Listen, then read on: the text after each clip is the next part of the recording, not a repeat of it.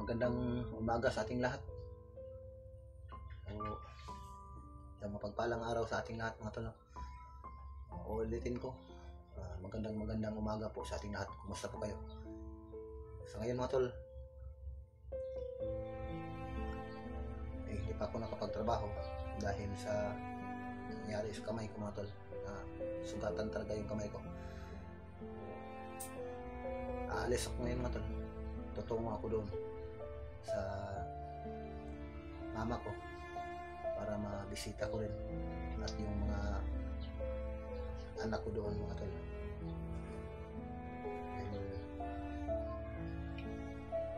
Nga, kailangan ko talagang bumisita doon dahil nilalagnat yung bunso ko. Kape muna tayo mga tol.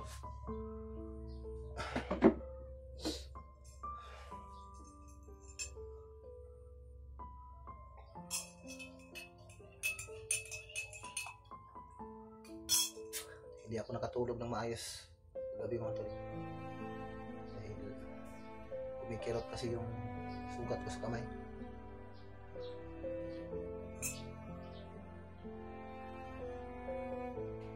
Sana gagaling na ito mga tol. Pero hindi naman malalim yung sugat mga tol. Pero yung kuko ko lang ay nag-stack up yung dugo dito sa kuko. Yan, masakit talaga igalaw yung kamay ko mga tol. Tulad ng alam ninyo, yung una kong video, kung napanood niyo yun.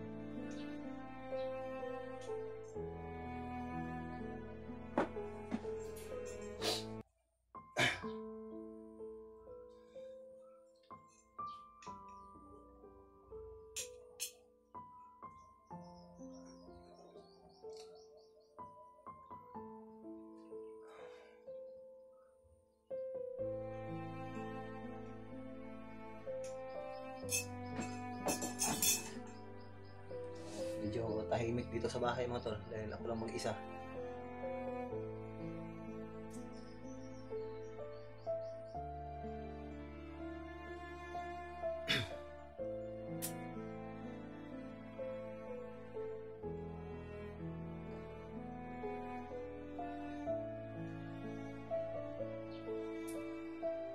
Ilang araw na hindi ako nakapasok sa trabaho mga tol dahil nito. Pipilitin ko na magtrabaho. Delikado kasi yung sugat ko, baka mapasukan ng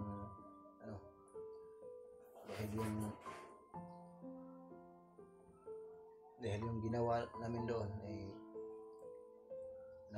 naghahalo kami ng simento. So hindi talaga pwede ihawak ito mga tol, baka mapasukan ng dumi, baka ma-infection pa. Kaya hihintayin ko lang kung kailan ito gagaling bago ako balik sa trabaho. Pero kung makaya ko na ito ay balik trabaho na ako mga tol dahil ilang araw na rin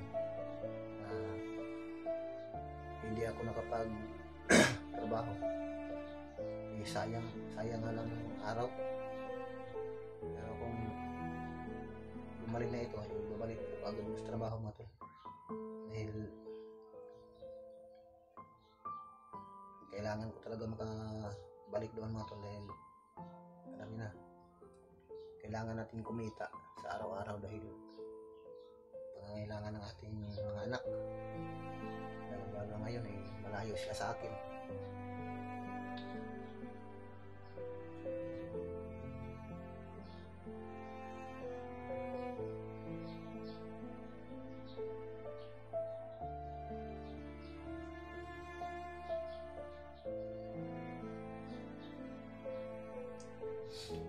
So ngayong umaga mga tol, tutungo na ako doon. So abutin siguro ako doon ng tanghali bago ako makarating doon mga tol. Medyo malayo pa mula dito.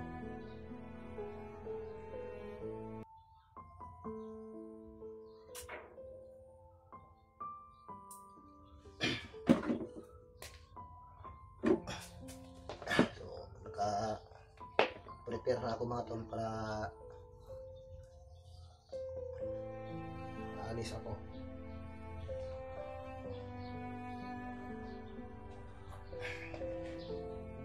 Suot muna ako ng sapatos mga tol dahil wala na akong sinilas. Yung sinilas ko, naiwan yung isang pares ng sinilas ko mga tol. Yung pag ano ko, pagtakbo. So dumating ako dito sa bahay na isang piraso na lang yung sinilas na dala ko. Naiwan kasi yung sinilas ko isa doon sa ano,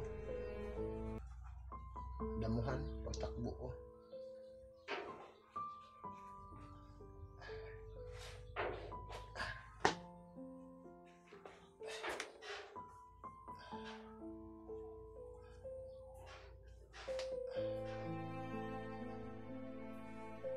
Hirap igalaw yung kamay ko mga tol, hindi makapwersa.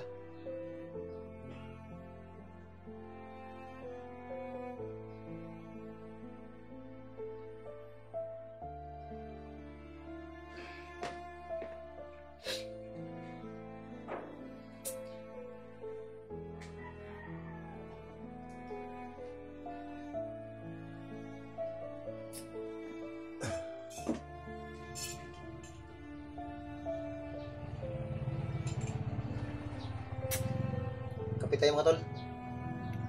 Kakape lang muna ako. Doon nakasura ko kakain doon sa bahay ng mama ko pagdating ko. Kasi wala na akong oras. Matagalan pa ako kung magsaing pa ako. So, yun nga. Tinitipid ko lang yung konsumo ko dito mga tol. Kahit ako lang mag-isa. Mas uunahin ko yung pangangailangan ng ating mga anak.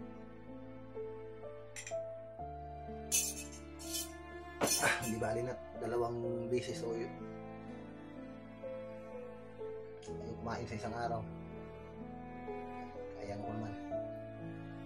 Importante yung mga anak ko.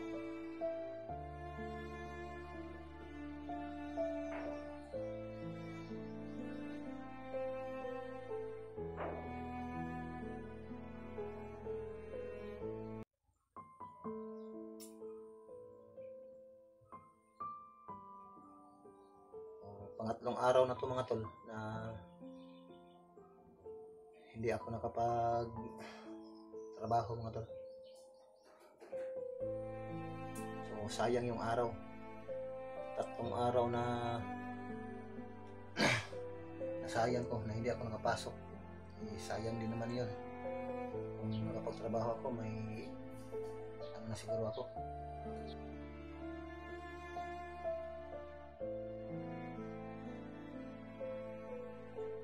Tatlong araw ko doon mga tol.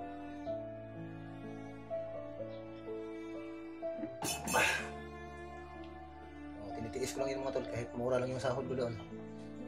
Importante may provide ako sa pangangailangan ng aking anak. Tiis-tiis lang muna ako ngayon. Pero kapag maka-ipon na ako ng pangangailangan ng aking mga anak, lalo na sa financial nila, babalik na talaga ako sa pag-i-explore dahil wala na ako mga upload na videos, hindi katulad ng dati. Tapos sayang din naman yung kikitain natin sa YouTube kung hindi tayo makapag-video ng marami.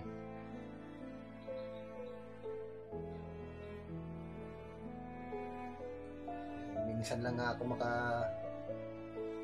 pag-upload ng videos mga tol dahil nasa trabaho ako.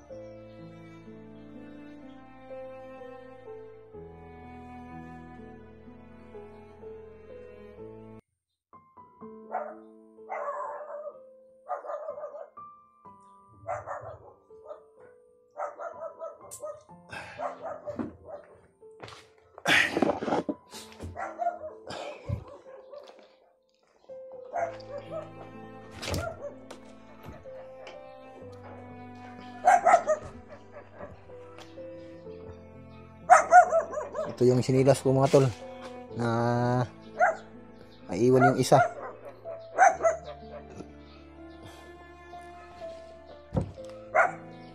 Aso dito, aso ng kapitbahay dito na tumira. Yung aso ko gumala siguro.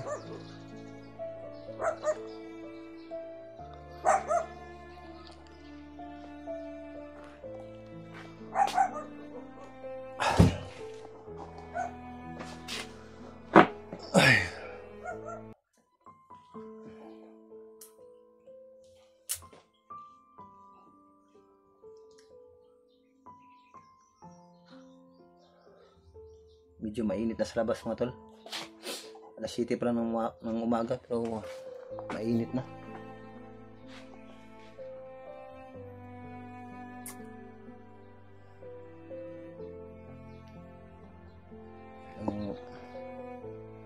Namimiss ko yung bunso ko mga tol. Dahil nandito yung mga laruan niya. Naiwan yung mga laruan niya, hindi niya nadala. Dito yung laruan ng anak ko mga tol, yung bunso ko. So, habang nakikita ko tong laruan ng mga anak ko mga tol, eh nakakamiss talaga.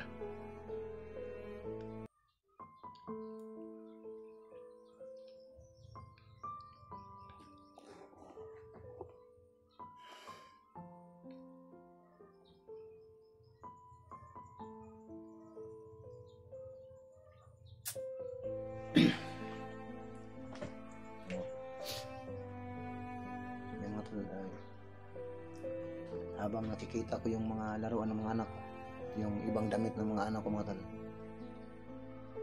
nakakalungkot talaga mga tol. Nakakamiss talaga.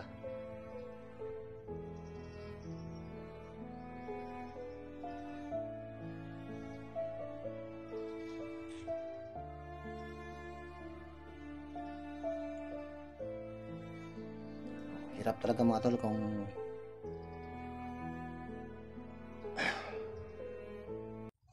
malayo ka sa piling ng anak mo.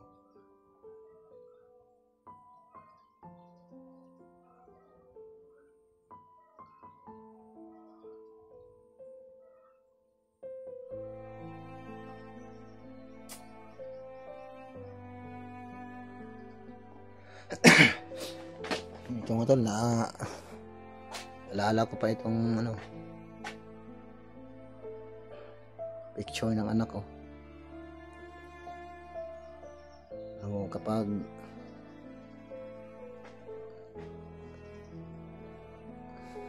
wala akong magawa dito sa bahay, ito lang tinitingnan ko lang ito. So, hirap talaga mga tol kung malayo ka sa mga anak mo. And ito din yung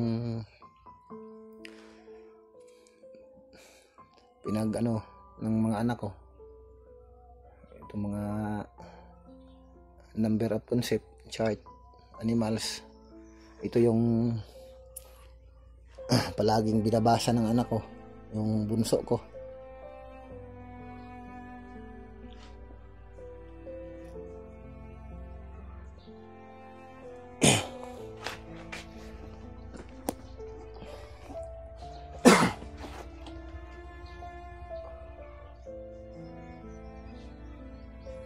Pero mga ilang oras na lang ay magkikita na kami ng anak ko mga tol, dahil papunta na ako doon.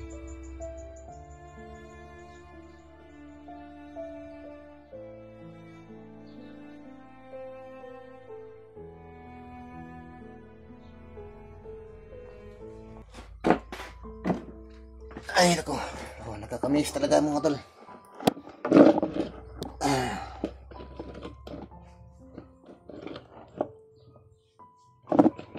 Matagal na rin na hindi ko nakapiling yung anak ko.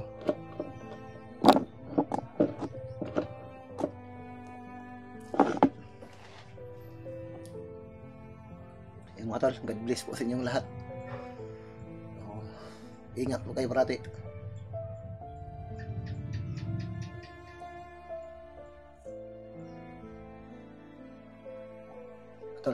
Salamat po.